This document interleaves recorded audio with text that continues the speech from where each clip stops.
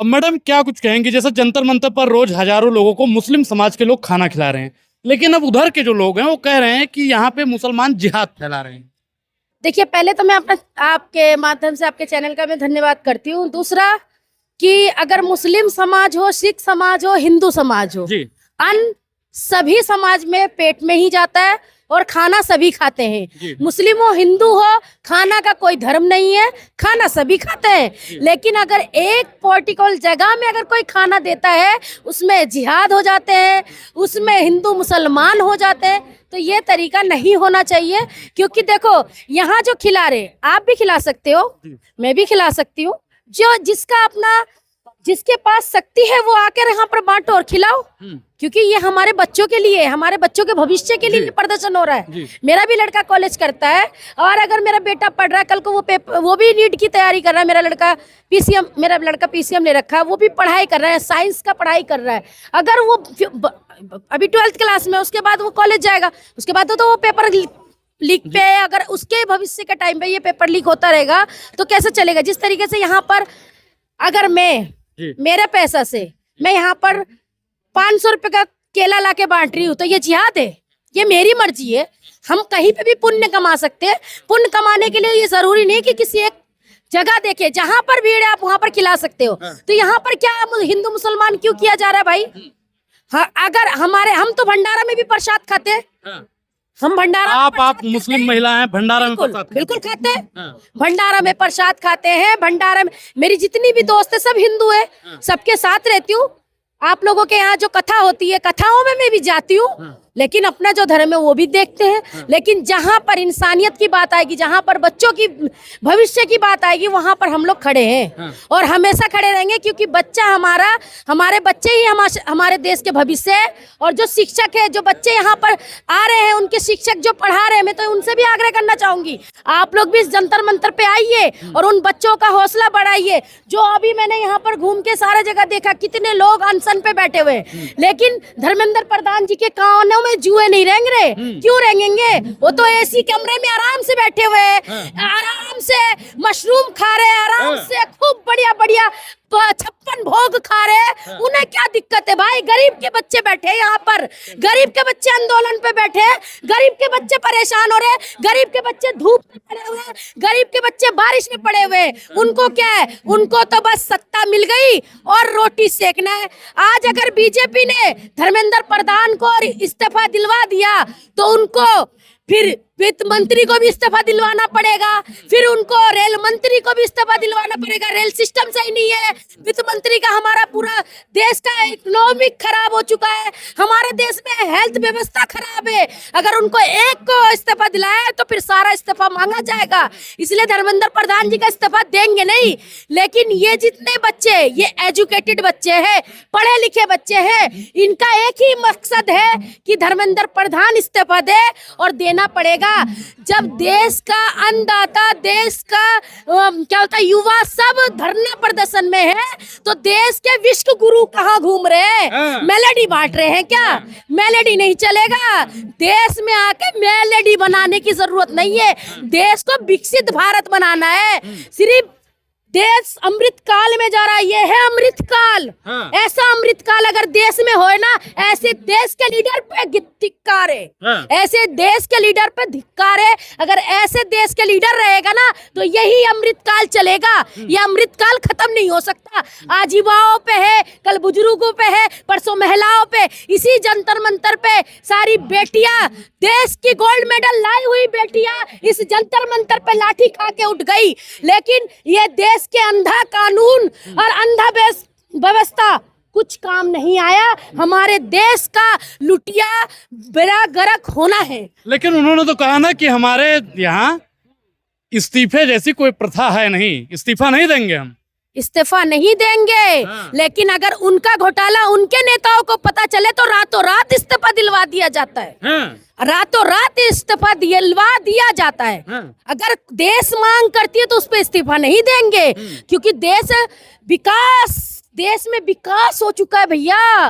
विकास, वो कौन से जगह पर विकास है, विकास का पता ही नहीं चल रहा है। अभी तक वो विकास का कुछ पता नहीं चल रहा है कि विकास है कहाँ, विकास कहाँ तक बढ़ा देश का कि अमेरिका ने भी पप्पा बोलना छोड़ दिया। अमेरिका ने भी पप्पा बोलना छोड़ डंका दिया। बजता है विदेशों में, डंका बजता बिल्कुल है। डंका बज रहा है विदेशों में, इतना डंका बज रहा है कि विदेश में जहाँ दिख रहा है इंडियन और लतैयाया जा रहा है। ऐसी तो कहते हैं डंका बिक रहा है।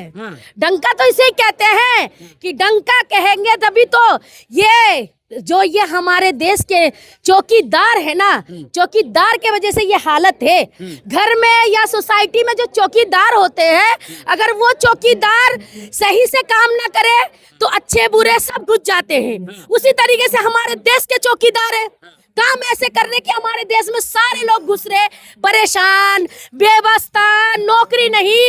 भाई 15 करोड़ का वादा किया था, 15 करोड़ दे दिया हमने, सोने की चूड़ियां बनवा ली, है ना। 200 करोड़ नौकरियों का वादा किया था, सारे नौकरी लेके यहाँ बैठे हुए, सबको सैलरियां मिल रही है भैया यहाँ बैठने की, क्योंकि नौकरी दी है ना मोदी जी ने। भाई जिनके पास बीवी नहीं, जिनके पास बच्चा नहीं, उन्हें क्या फर्क पड़ता है पेपर लीक से? चौथी पास राजा को कोई फर्क पड़ेगा क्या? चौथी पास राजा को फर्क नहीं पड़ता, क्योंकि वो चौथी पास है। और वो ग्रेजुएट को क्या समझेंगे, वो नीट वाले बच्चों को क्या समझेंगे? अनपढ़ के काला अक्षर भैंस बराबर, काला अक्षर भैंस बराबर होता है, क्योंकि उनको ये नहीं पता कि पढ़ाई का महत्व क्या है। जब हमारा राजा, अगर आप देख लो अभी ये थलपति राजा बने हैं अपने देश में, अपने राज्य में, अगर एक वीडियो बना के आप डाल दो, उसी तुरंत वहाँ पर काम होता है। अगर यहाँ वीडियो बनाते हो तो आपको तुरंत जेल मिलता है। जेल मिलेगा, बेल नहीं, जेल ही मिलेगा, क्योंकि ये है मोदी जी का राष्ट्र अमृत काल। और अमृत काल में तो भैया अमृत जैसा मिठास तो लेना पड़ेगा ना।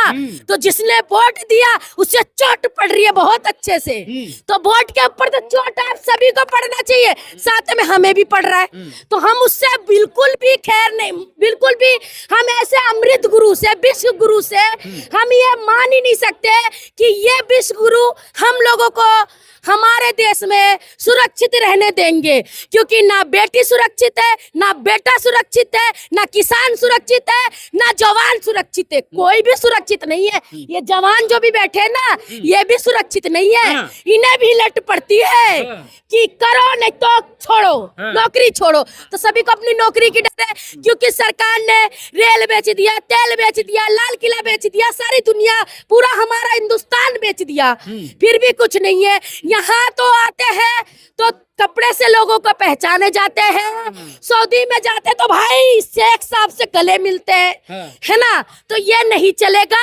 दोहरा नीति नहीं चलेगी।